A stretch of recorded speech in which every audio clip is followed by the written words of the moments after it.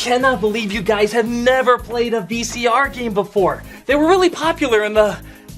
Well, okay, they're never popular, but they tried to make them popular in the 80s. How does it work? It's a board game, but with a video? Well, you know those overly complicated games that nobody could follow except for that one smug asshole? Uh-huh. Well, here the smug asshole is a VHS tape. Sure about that? There, all set up. Go ahead and hand me that VHS there.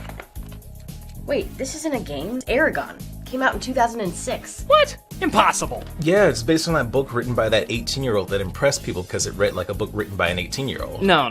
There's no way this was an actual movie. Movies have something unique, a style. Even bad ones have something that's separated from the others. Trust me, this is just a generic fantasy game with a million generic fantasy cliches like a million of them.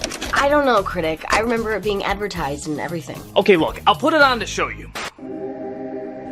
Oh, sorry, I need this room for my papers. The best game should always feel like homework. Greetings, adventurer. See, I told you it's not meant to be taken this seriously. John Malkovich is in. I am the evil king Galbatorix. With my minion Durza, I will rule all of Allegasia. See, how serious is this supposed to be? Listen to those names. Begin your adventure with Eragon.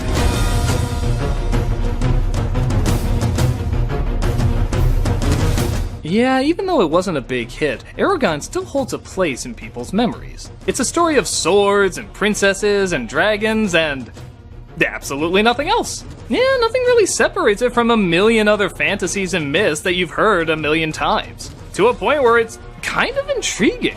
But again, that's to be expected from a VCR game from the 80s. I'm telling you, Critic, it's a 2006 movie. Next, you'll be telling me he worked at Steppenwolf. Begin your quest at the beginning, where you begin. I'm telling you, Critic. Okay, fine. I'll go through the whole thing just to show you it's simply a generic fantasy video game. I never said I wanted to do that. I also recall no interest in this plan. Let's go through and see what's wrong with this masterpiece. What are your eyes even looking at? We're down here. Let's take a look at Eragon. Who are you talking to right now? Allegasia was ruled by men astride mighty dragons. Ooh, a dragon film with Jeremy Irons that opens with white clouds. Oh god, no. Hide every working way-ins! And for thousands of years, the people prospered. Fun fact, this is what Inspector Gadget sees every time he unzips his pants. Ew! I can't help how my perverted mind sees the world. Yes, you can. Then I just don't want to. There's apparently a handful of people known as the Dragon Riders, who make pies. The name is deceiving. And speaking of deceiving... A young rider betrayed them. Ah, this must be the villain from powerful group that used to be friend but turned evil traitor. He killed all the dragons and riders and rules with an iron fist, covering his mouth, trying not to laugh at his own name. Since then, our land has been ruled by Galbatorix. I swear, that sounds like a foreign soup. Galbatorix. Yes, I'll have a bowl of the Galbatorix. Cut to the forest of ancient poor color corrections where we see a fleeing rider named Arya. A girl has no dragon film. There, it's out of the way, let's continue. She's ambushed by the king's minion, Durza, played by Robert Carlyle. And for a guy who had to look like this in Once Upon a Time, he still seems pretty silly here. Give it to me, and I'll let you live. Oh my god, this would be amazing if it turned out this was all just the NyQuil ad before the story started. I will relieve your nighttime sniffling, sneezing, coughing, aching evil. She teleports it away to, Jimmy Kent. Who figures he might be able to sell it to quit being Downton Abbey's first footman. Okay, so if he swallows that, the story ends and he wakes up in his bed believing whatever he wants to believe. It might kill him if he swallows it, but I say that's worth the risk.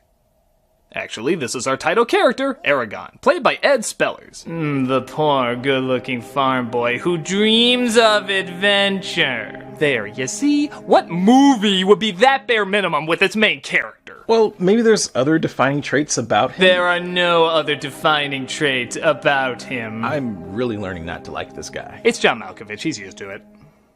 What many men seek is often right under their nose. But for some, the unknown is too hard to resist. That must be the gruff uncle, looking after the main character after something happened to his parents. I can't wait to see him make it all the way to the end. He lives with his uncle and cousin in the shitty Shire where they, let's see, yep, insert playful action sequences posing as character bonding. My breakfast. too slow, Aura. We cut too much. That sounded like your head. Why, I'm discovering that he enjoys fighting and gets along with his cousin. Oh look, 2 birds, and me with the stone. Wow, that not only missed, but it was both boring and awkward. But it looks like his cousin named Roran is off to join the king's army. Work on that aim. You may make a hunter yet. Which one is going again? We look so much alike, I sometimes forget who we are. Yeah, I'm really gonna miss the way he fought for a minute and said he was gonna join the army and then joined the army. All in the Family has nothing on these dynamic relationships! The Harry Potter jelly bean hatches, though, giving birth to a bouncing baby Spyro. Not a stain. An egg. Very good! Eragon, the moron of dragons! A few select people feel their connection, though, making Arya's budget-saving invisible chains even tighter. Where is it? Too late. My time has come. Yeah, shivers down my spine, body's aching all the time! Thus, Eragon discovers all sorts of things about his new pet. Look at what you did. You pushed my hand really hard on a cinnamon bun. Go on. I smell a DreamWorks spin-off, How to Lame Your Dragon. And in an ironic twist, Jay Baruchel will voice the dragon. Christ, it's like they grounded up gizmos, fed it to that baby from storks, and then farted out a pregnant Balt who gave birth to this. Thus, we're finally introduced to the evil Galbatorix, played by Transformers 3's Master of Subtlety, John Malkovich. I suffer without my stone. Do not prolong my suffering. Wait, isn't John Malkovich that pretentious actor who isn't good but everyone has to pretend is good for some reason? If you're at this scene, you are probably talking about my acting right now. That as long as I am king, gather my army and follow them. Many people would say I enunciate too much and speak in a patronizing tone that even patronizing toads would call patronizing toads. Yes, I believe the technical term is malksplaining. But I do this because for half of my life, I was a mute. Wow, we never knew that. Thus, if it looks like I am showing off how I just learned how to talk, it's because I am. Do not prolong my suffering. Do not let them reach the Varden. Don't I say everything like I just learned how to speak and flaunting it? I am not interested in being challenged to remind those who resist my rule. I know you mock me, but I am just so excited to hear words coming out of my mouth that I have to relish it. When the Varden learn that the legend is real, disloyalty will be punishable by death. So please, be kind to my performance, but everything else about me you can mock. That's fair. We'll take it. So you know how this goes. Eragon has to raise the dragon over the course of months, even years, to establish a strong connection with her.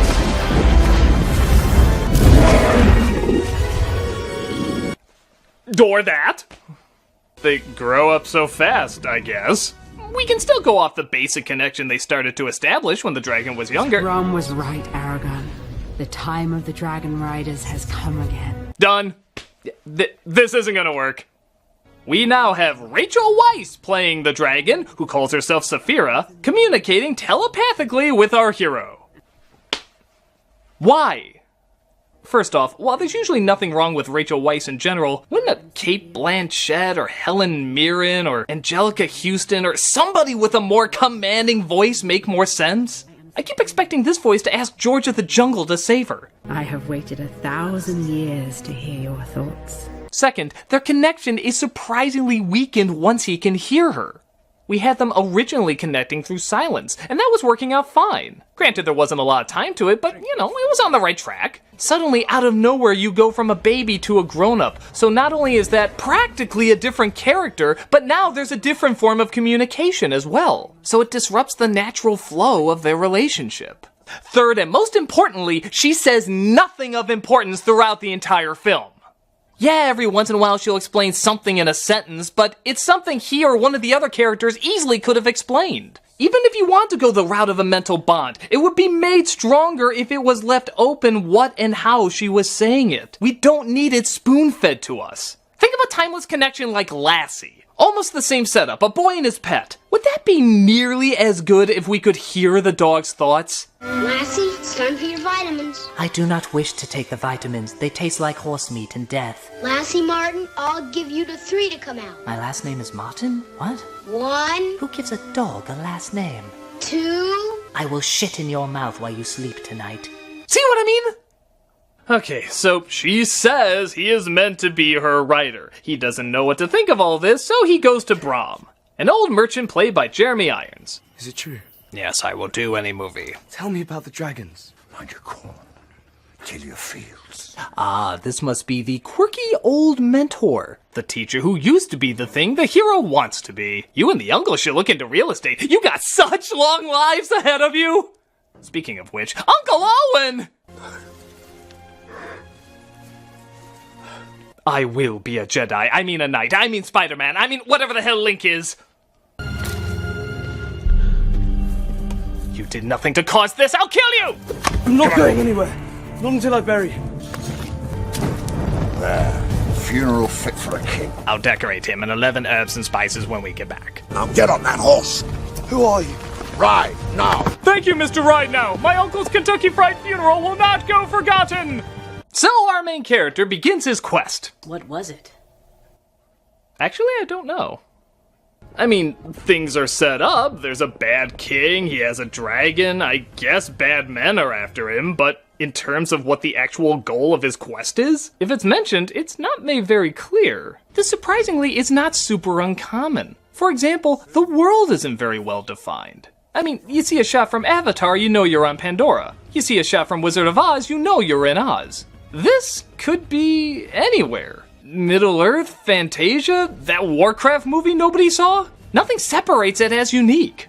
But again, I shouldn't be too harsh. After all, it is shot beautifully for a VHS game. Critic, at some point you have to realize this isn't an especially high-end video for kids. It's an especially bland theatrical release for suckers. Yeah, it's trying to be something we've never seen, but instead it's everything we've ever seen. Well, that's just gonna lose you Malkovich enunciation points, isn't it, Malkovich? No, I'm a video. I can't hear you. Oh, sorry. It's alright. So they start their quest to find their quest. Hurdles. These are the king's enemies, now they're his guard. Okay, cool. Finally, some action in this movie. I feel like this took forever. Why can't we take... You're not ready to take anything yet. I have skills. Right then, let's see these skills of yours. So it's the same action we had before. Two good guys playfully fighting while no real conflict is going on. You know this won't be fair to you, old man. Humor me. Oh dear, I see the effect of your training. Yeah, just keep joking, those people are probably dead, but still, you gotta laugh, this is fun. It won't be your cousin Roran you're fighting, and it won't be wooden staves either. You suck, let's go. Sad to say, there's actually a lot of what you just saw for a while. They sit down and talk, they ride on horses. They sit down and talk, they ride on horses. And even when they do sit down and talk, all I'm thinking is how much more interesting it would be if the dragon shut the hell up. Like, look at this scene.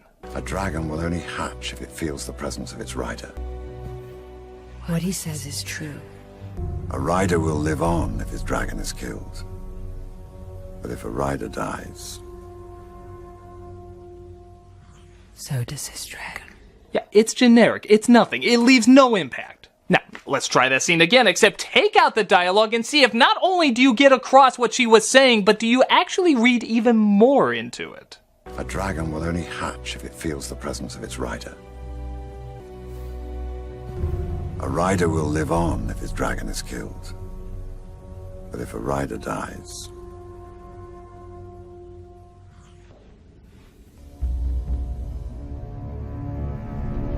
Wasn't that more interesting? Wasn't it cooler when you had to feel what she was trying to get across rather than be told?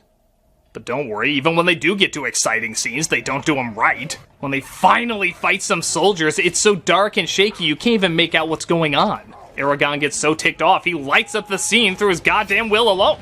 But Irons tells him, I believe it's magic. Magic comes from dragons.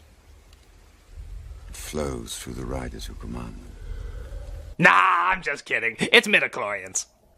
Before you cast a spell, you must learn the ancient language of the elves. What's the word for tree? Tree is Trayvon. Well, that's a happy coincidence. What's the word for hand? Handvon! And the branch? Branchvon! Haven't you been listening? So they figure if he's gonna be a dragon rider, he should ride a dragon. Feel how she moves, Eragon. How she turns. And when she accelerates. Yeah, I can totally hear you up here. Rah, rah, rah. That's all I'm hearing out of you. Rah, rah, rah. Ah, this must be the evil black monster people who make annoying sounds for no reason. Always an obnoxious addition. Wow, that's the first man I've ever killed. Oh, never mind, going over here now.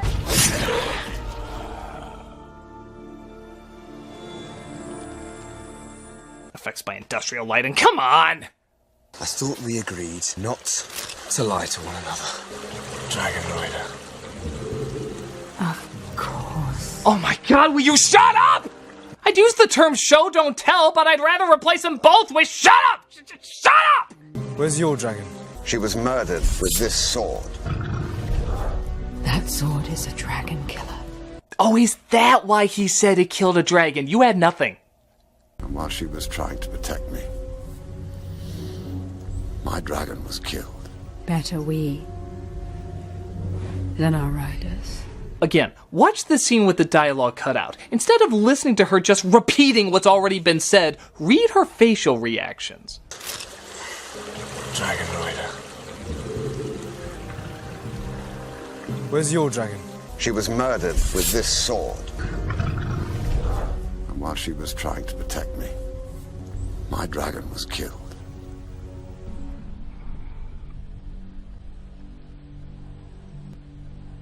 Again, night and day. I don't care if the original book had this or not. Here, it turns an interesting relationship into a standard relationship. And that's not what you want from a fantasy that's trying to stand out. But, could be worse. Could be made even more standard by throwing in a princess needing rescuing up ahead. Of course. You will notice her suffering in torment, psychically sending images to Eragon of her twirling in the forest and skipping to pleasant imagery. That doesn't sound like torment. That actually sounds really nice. It is totally not nice. It is to show how brave she is by portraying peaceful imagery even though she is suffering. You sure you didn't just want to work in some whimsical forest porn that's trademark of fantasies now? Yeah, I even see it in commercials. You could slap a shampoo logo over it. I assure you it is deep in stuff. As Jeremy Irons says in this scene. If I don't, she'll be killed. Yes, and it's a sacrifice she's happy to make. Yeah, how can someone be happy to make a sacrifice? Doesn't that technically make it not a sacrifice? I don't know. Is what I would say if this was a video where you could hear me, which it is not. Can we turn this off?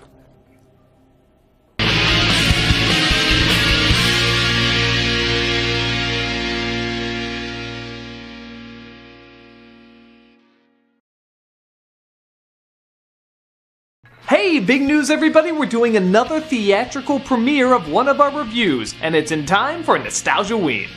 We're doing a clipless review of the remake of Stephen King's It. And this time it's 2 nights, October 4th and October 5th, in Woodridge, Illinois at Hollywood Boulevard Theater. Tickets sold out super fast last time, so you definitely want to get them as quickly as possible. This is a wonderful theater where you can get meals and alcohol. We're gonna be there signing autographs and answering questions. Just go to the link below and get your tickets there. They go super fast. We hope to see you there.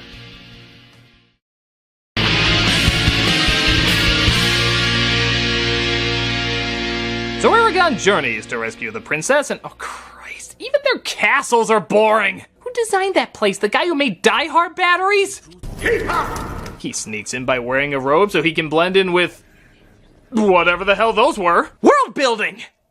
As he makes it to her cell, but is stopped by Durza. I expected someone a little more. Well, more. I mean, Heath Ledger from A Knight's Tale could kick your ass. A young magician. How quaint. Wow. Somebody actually gave a writer a paycheck to have their evil villain say, "How quaint." They even gave him a close-up on that line. They were so impressed by it. How quaint. Come on, we have plenty of you should have killed me while you had the chance, or you and I are not so different, or oh hey, you got that one! Go the extra mile! But Brom sacrifices himself for Eragon. Don't worry, he was more than happy to do so. And Saphira comes in to save them. They decide to go to a group that could use Eragon and his dragon for good, but not before Brom says his last words. I need you. It's I who've always needed you. You gave me my life back again. You know, before you technically took it away from me. It's a complicated game. 1 part brave, 3 parts fool. Haha, my last words are calling you an idiot. So they bury Brom on top of a mountain.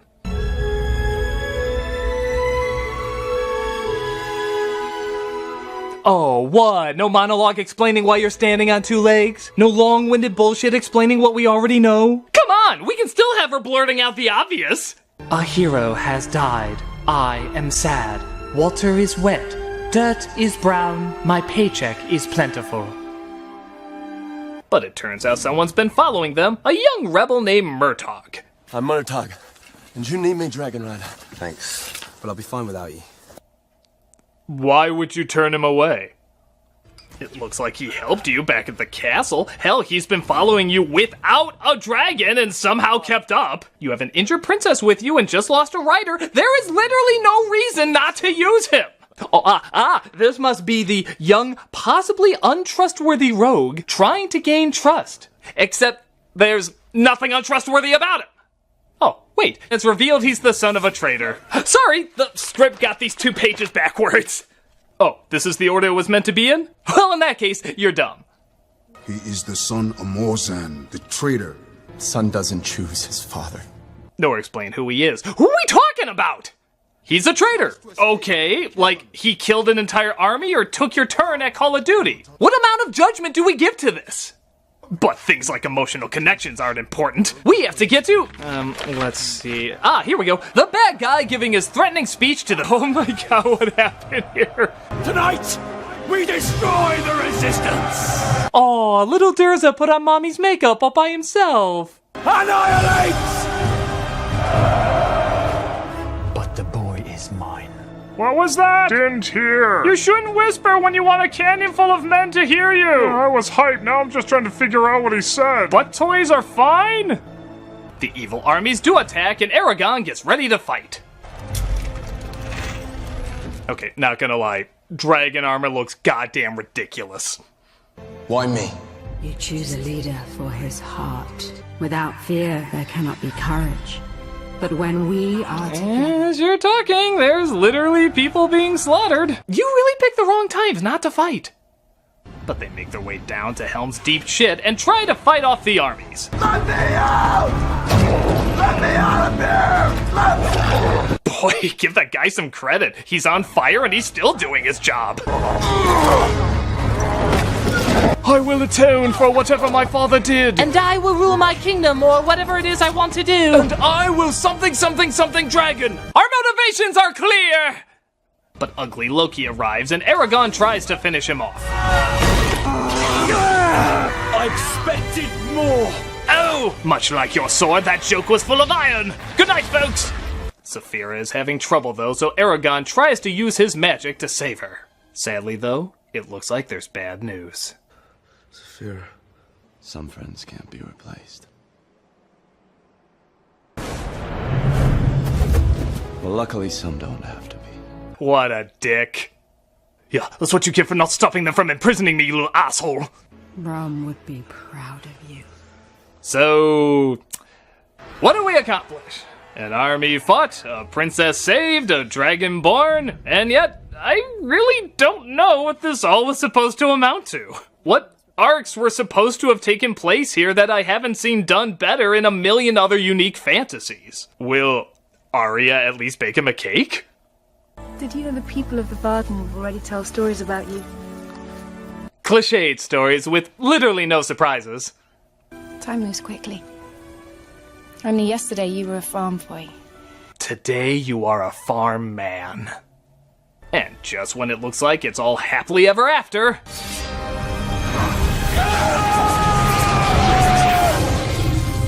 Oh no! The biggest surprise of movie! Yes, that I have a dragon too! No, that we already knew. Yeah, it was one of the first lines in the movie. Oh. Well, what were you surprised by then? That you kept the dragon behind a map. Yeah, who does that? Does he have a bathroom back there? Or a treadmill for walks? Aren't you afraid if he sneezes, he'll set the map on fire? You know what? I don't need this. I've been hacking your screen to talk to you, and it is not easy. Wait, is that why you can hear us? No. Hey guys, does anybody know who this is? Pay no attention to the man behind the gym. I, the great gobbledygook, or whatever my name is, have spoken. Well, I said my line. Malkovich, what are you doing? Well, I was so embarrassed to be in this film, I thought it'd be better if I made you think it was a VCR game from the 80s. So, wait, this wasn't just a VHS game? It actually was a cinematic movie? We told you, bitch. I'm so confused.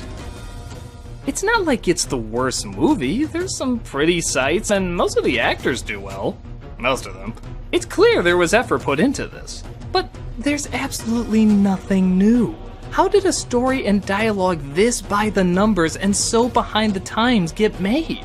It doesn't feel like a fantasy movie. It feels like a fantasy game where the story is more a side note to get to something else. Only in this, we never get to that something else. It's almost kind of tragic. It's clearly trying very hard, but it has no message or ideas that's worth trying hard to say. It's not awful, it's just not good. Well, that is Hollywood for you. Well, wait, aren't you gonna finish the game? What? Didn't you hear? It's fake. Yeah, but a mediocre movie makes for an okay VCR game, and I want to finish this! No, I'm sure I'm getting an award somewhere for something. No! I need another Malkovich to close us out with fantasy cliches! Anybody know someone that does impressions? And thus my evil rule was thwarted, but even more was on the horizon.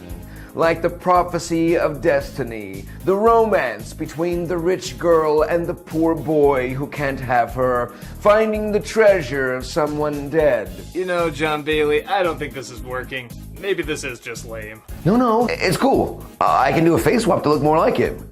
Behold my Malkovichness. Now, where was I? Ah yes, totally original fantasy stuff. Like coming across a group of ragtag fighters who don't get along. The army who looks like they have no chance but are then saved at the last minute. A kid from suburbia suddenly getting teleported to a magical realm. The villain who is somehow related to the hero. A magical little person who is either funny or annoying. The hero becoming ruler of the land even though he has no understanding of government. Simple societies being right and complicated societies being wrong. A woman who disguises herself as a man. A chosen one with a birthmark. A twist that everybody could see coming. A device or monster that's going to take over the world.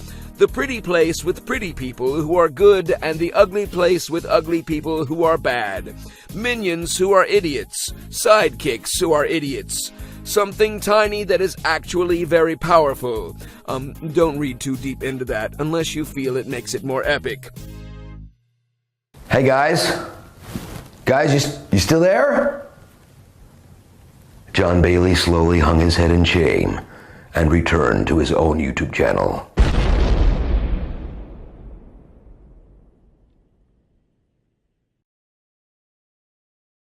Do not prolong my suffering.